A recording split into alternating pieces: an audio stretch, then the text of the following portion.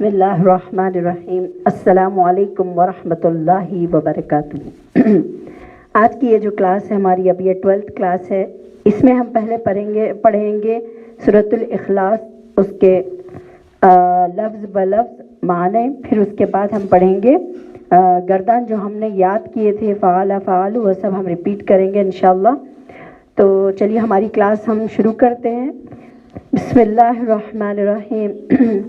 قل هو اللہ احد، قل کہہ دیجئے، قل کہہ دیجئے، ہوا وہ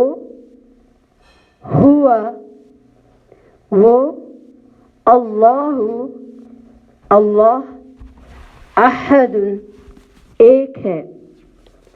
قل کہہ دیجئے، ہوا وہ اللہ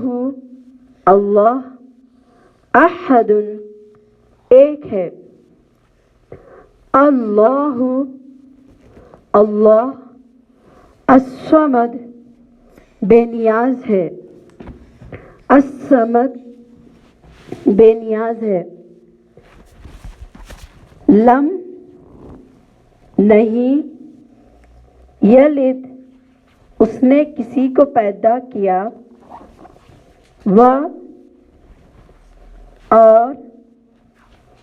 لم نہیں، یولد اور وہ خود کسی سے پیدا ہوا، اور لم نہیں، یکن ہے، لہو اس کا، کفواً ہمسر، احد کوئی بھی۔ قل کہہ دیجئے، ہوا وہ اللہ احد ایک ہے، اللہ الصمد بے نیاز ہے۔ لم یلد نہیں اس نے کسی کو پیدا کیا، ولم یولد اور نہ وہ خود کسی سے پیدا ہوا، ولم یکن لہو اور نہیں یکن ہے، لہو اس کا، کفواً ہمسر، احد کوئی بھی۔ تو یہاں پر آپ دیکھیے یہ جو سورہ ہے اس کے بارے میں آتا ہے، نبی صلی اللہ علیہ وسلم نے اسے ثلث یعنی 1/3 قرآن قرار دیا ہے، اور اس سورت کو رات کو پڑھنے کی ترغیب بھی دی ہے۔ بعض صحابہ کرام ہر رکعت میں سورتوں کے بعد اسے ضرور پڑھا کرتے تھے، جس پر نبی صلی اللہ علیہ وسلم نے فرمایا تمہاری اس کے ساتھ محبت تمہیں جنت میں داخل کر دے گی۔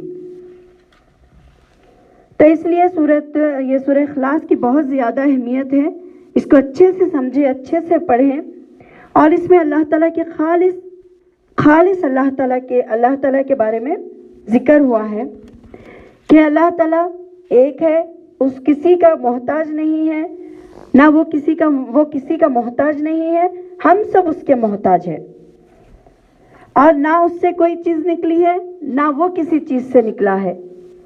اس کی ذات میں، اس کی صفات میں، اس کے افعال میں کوئی اللہ تعالیٰ کا مثل نہیں ہے، اللہ تعالیٰ کی مثال کہیں نہیں ملتی۔ اور اللہ تعالیٰ ایک حدیث قدسی میں آتا ہے، اللہ تعالیٰ فرماتا ہے انسان مجھے گالی دیتا ہے، یعنی میرے لیے اولاد ثابت کرتا ہے، حالانکہ میں ایک ہوں، بے نیاز ہوں، میں نے کسی کو جنا ہے، نہ کسی نے مجھے پیدا کیا ہے، اور نہ کوئی میرا ہمسر ہے۔ تو اسی لیے سورۃ الاخلاص کو اچھے سے پڑھیے، سمجھیے، کوشش کریے، تو پھر انشاءاللہ آپ کے یہ سورہ سمجھ میں آئے گا۔ اور اس کے بعد اب ہم آج پڑھیں گے فعل امر اور فعل نہیں کے بارے میں۔ فعل امر وہ فعل ہے جس میں کسی شخص کو کام کرنے کا حکم دیا جائے، کسی شخص کو کسی کام کے کرنے کا حکم دیا جائے یا اس سے کام کرنے کی گزارش کی جائے، جیسے افعلوا